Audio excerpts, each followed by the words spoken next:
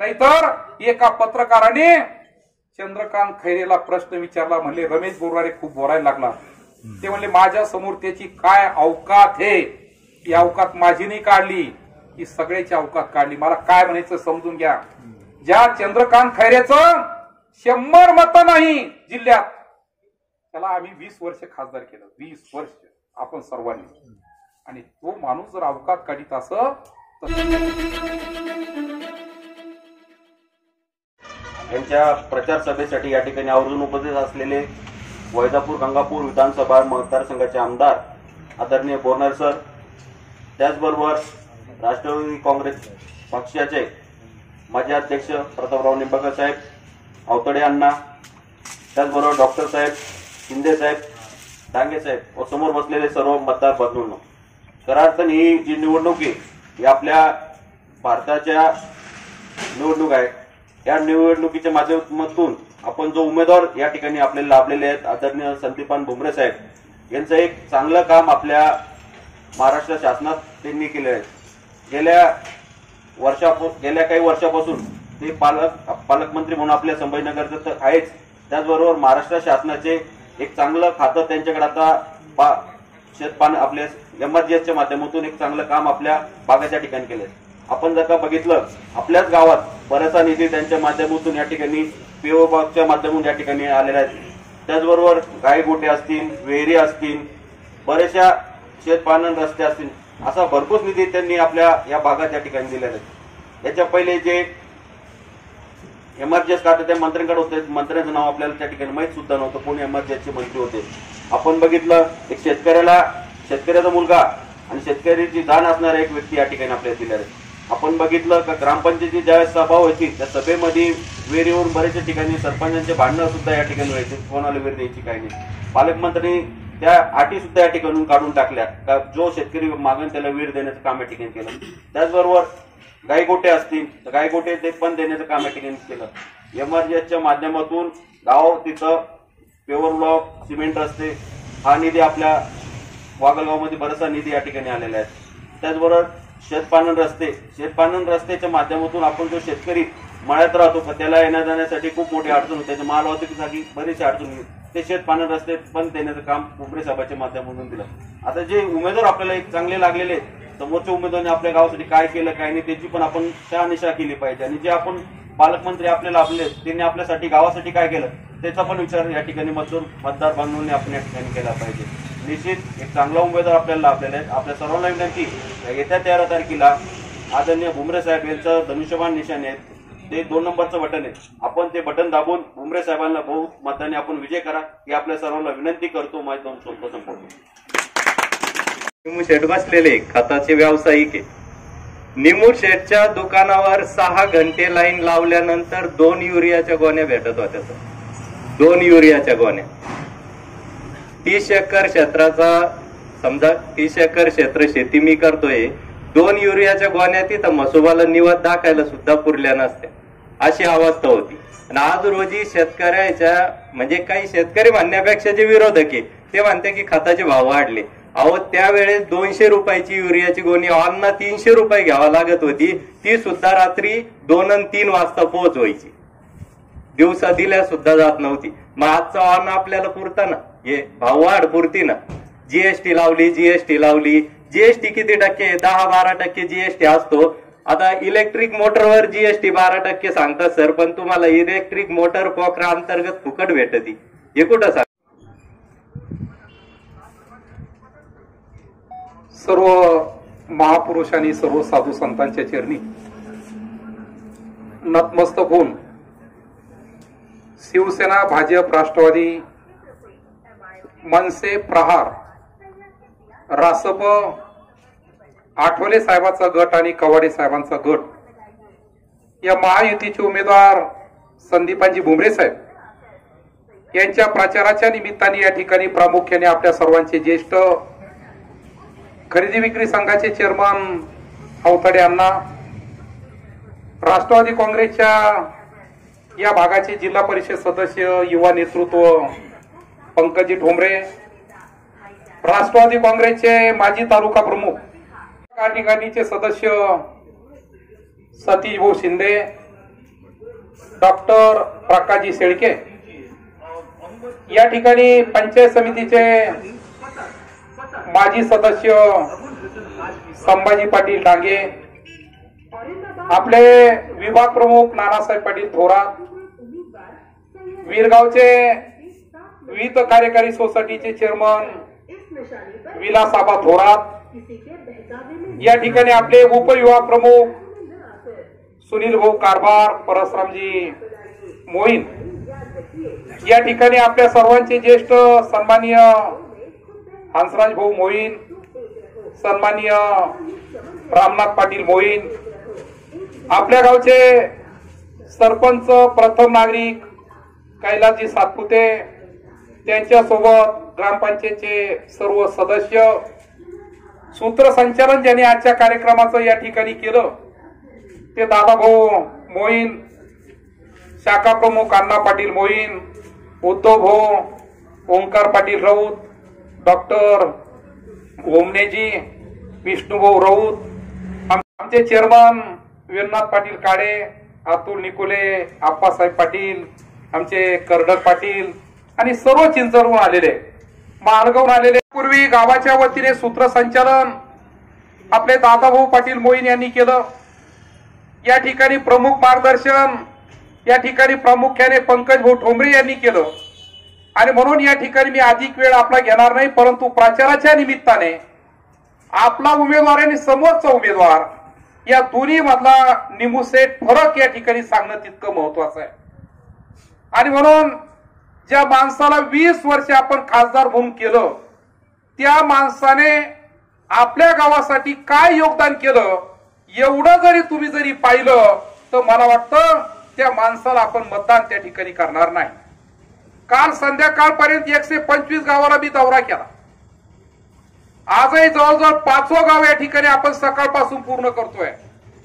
या कालच्या आणि आजच्या गावामध्ये जर 1-2 गावं जर त्या ठिकाणी आपोआप जर सोडले तर कोणत्याही गावामध्ये का त्या ठिकाणी चंद्रकांत खैरेने 20 वर्ष आमच्यासाठी काही केलं नाही एवढं एकमेव उत्तर आम्हाला त्या ठिकाणी पाहायला मिळत आहे. आणि आपले उमेदवार संदीपान भुमरे साहेब गेल्या 4.5 वर्षापासून आपल्या भागामध्ये आणि महाराष्ट्र शासनामध्ये रोजगार हमी योजनेचं त्या ठिकाणी मंत्री म्हणून काम करताय. 2 वर्षापासून पालकमंत्री म्हणून त्या ठिकाणी काम करताय. पंकज भाऊने आपल्या भाषणामध्ये उल्लेख केला का संदीपान भुमरे ग्रामीण भागाच्या कान्याकोपऱ्यामध्ये विहिरीच्या रूपाने पोहोचले, मातोश्री पानंद रस्त्याच्या रूपाने पोहोचले. आणि मला तर सर्व साधू संत कीर्तनकार महाराजांनी एक दिवस एक शब्द वापरला, ज्या गावात आम्ही जातो त्या चौकात, त्या मंदिराच्या समोर, त्या मस्जिदीच्या समोर पेवर ब्लॉक देण्याचं काम आदरणीय संदीपान भुमरे साहेबांनी त्या ठिकाणी केलं. वैजापूर तालुक्यामध्ये 165 गाव, 135 ग्रामपंचायत. गंगापूर तालुक्यामध्ये 53 गाव आहे, 27 ग्रामपंचायत आहे. आणि या सर्व 218 गावाचा जर प्रामुख्याने या ठिकाणी विचार जर आपण जर केला तर या 218 गावामध्ये एकही गाव शिल्लक नाही का ज्या ठिकाणी आपले पालकमंत्री संदीपान भुमरेचं काम झालं नाही असं एकही गाव त्या ठिकाणी शिल्लक नाही. मला वागलगावचे सरपंच, उपसरपंच आणि ग्रामपंचायतच्या सदस्यांना या ठिकाणी सांगायचं आहे का मी आचारसंहिता लागण्याच्या अगोदर प्रत्येक गावाचा आढावा त्या ठिकाणी घेतला पंचायत समितीमध्ये. आणि पंचायत समितीच्या मध्ये आढावा घेत असताना मला व्हिडिओ करून त्या ठिकाणी बुकलेट प्राप्त झालं का संदीपान भुमरे साहेबांच्या माध्यमातून खऱ्या अर्थाने त्यांच्या अगोदर 5 विहिरी त्या ठिकाणी मिळायच्या, परंतु आज मागे त्याला विहीर 6,500 विहिरी देण्याचं पवित्र काम शेतकऱ्यासाठी संदीपान भुमरे साहेबांनी त्या ठिकाणी केलं. त्यापैकी आपल्या गावात किती आल्या त्याचा विचार आपण केला पाहिजे. बरोबर आहे, बरोबर आहे. आणि काल एकाने सांगितलं, विरोधकांनी भाषण केलं, ते म्हणले आमदार एवढ्या मोठमोठ्याने गप्पा करतात आणि त्या ठिकाणी विहिरी मंजूर झाल्या परंतु पैसे कुठे पडले. आज आम्ही पाहतोय रात्रंदिवस मोबाईल कानाला लावला का टुकटुक आवाज येतो आणि मस्टर पडल्याच्या बातम्या त्या ठिकाणी येत आहे. महत्वाचं आहे. 65 लाख रुपये वागलगाव सारख्या ठिकाणी जर मस्टर जर पडले असेल आणि समोरचा उमेदवार 20 वर्षात 1 रुपया वाघाला देऊ शकला नाही. फक्त यायचं, भाषण करायचं, निघून जायचं, यायचं, माळा घालायच्या, मी माळकरी, भस्म लावायचा आणि त्या भस्माखाली दडलं काय याचा विचार आम्हाला करायचा नाही.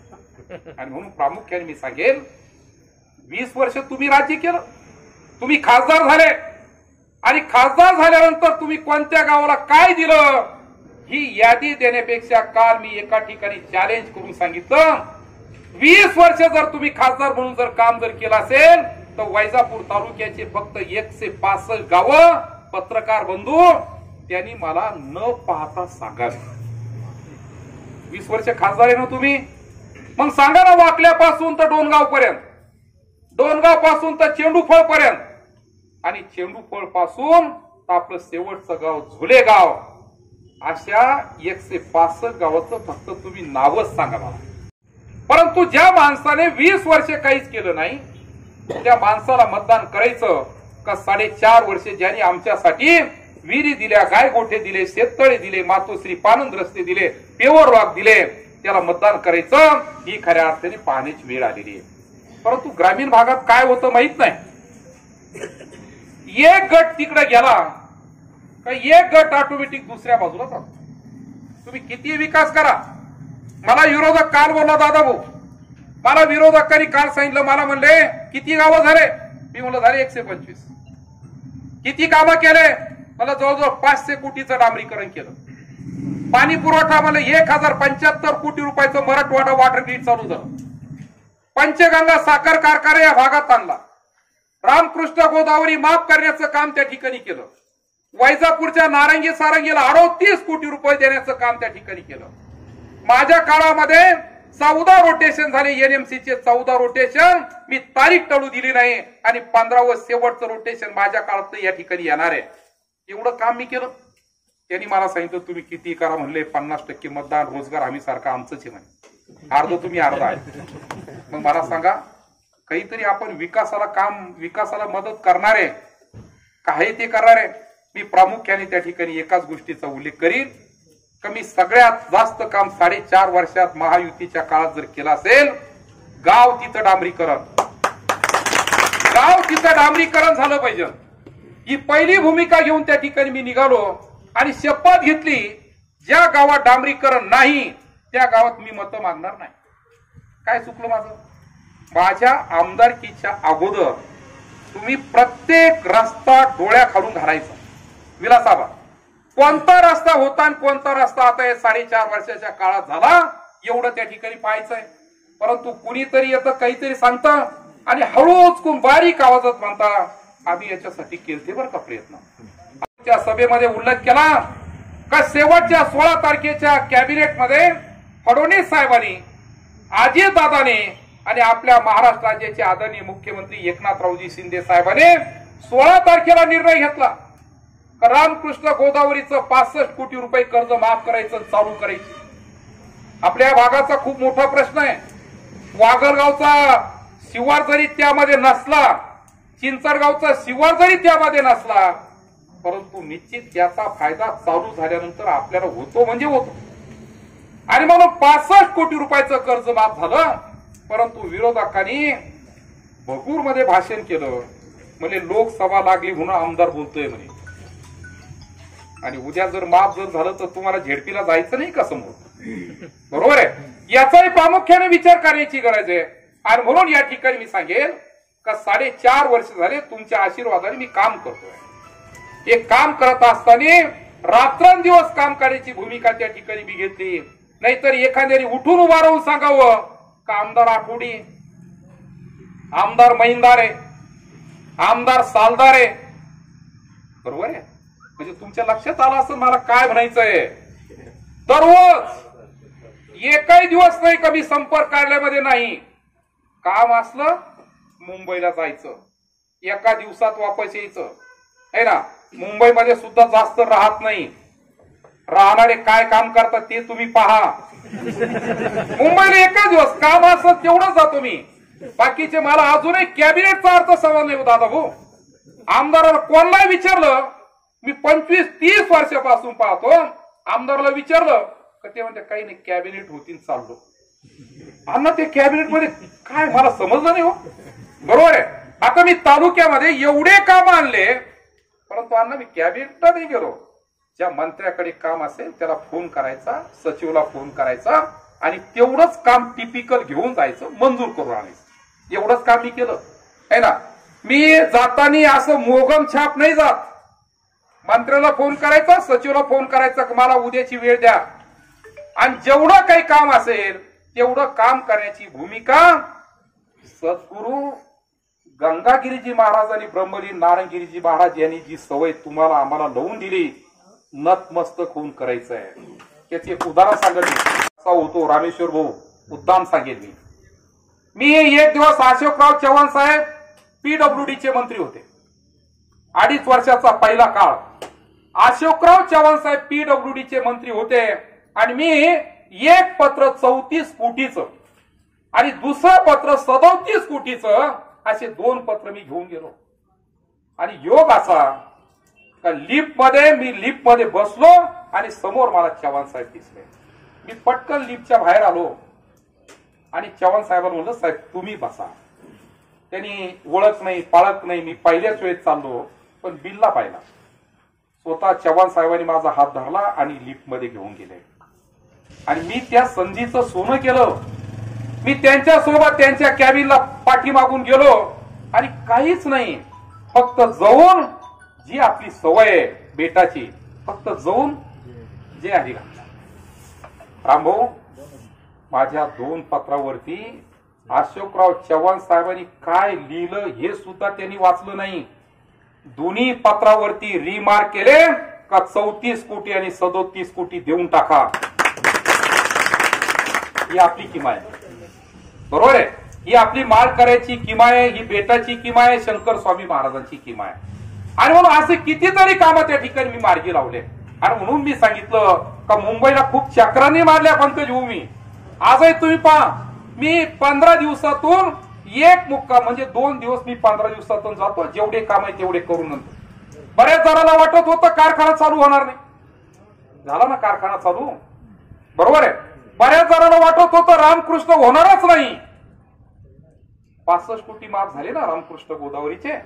आणि म्हणून असे बारीक बारीक काम आता मराठवाडा वाटर येत आहे. ही महायुतीची किमा आहे.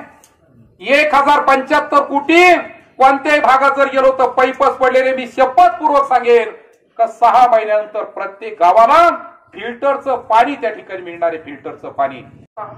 आता तुमच्याच बाजूला भगूर आहे, तुमच्याच बाजूला मुक्तानंद महाविद्यालय. 15 एकर मध्ये फिल्टरचं काम चालू झालं. 15 एकर मध्ये. आणि तिथून सर्व 15 एकर मध्ये फिल्टरचं पाणी तयार होईल आणि ग्रामीण भागामध्ये प्रत्येक ग्रामपंचायतला कॉक सिस्टीमने ते पाणी सप्लाय करतील. तिथून पुढचं डिस्ट्रीब्युशन ग्रामपंचायतनी त्या ठिकाणी करायचं आहे.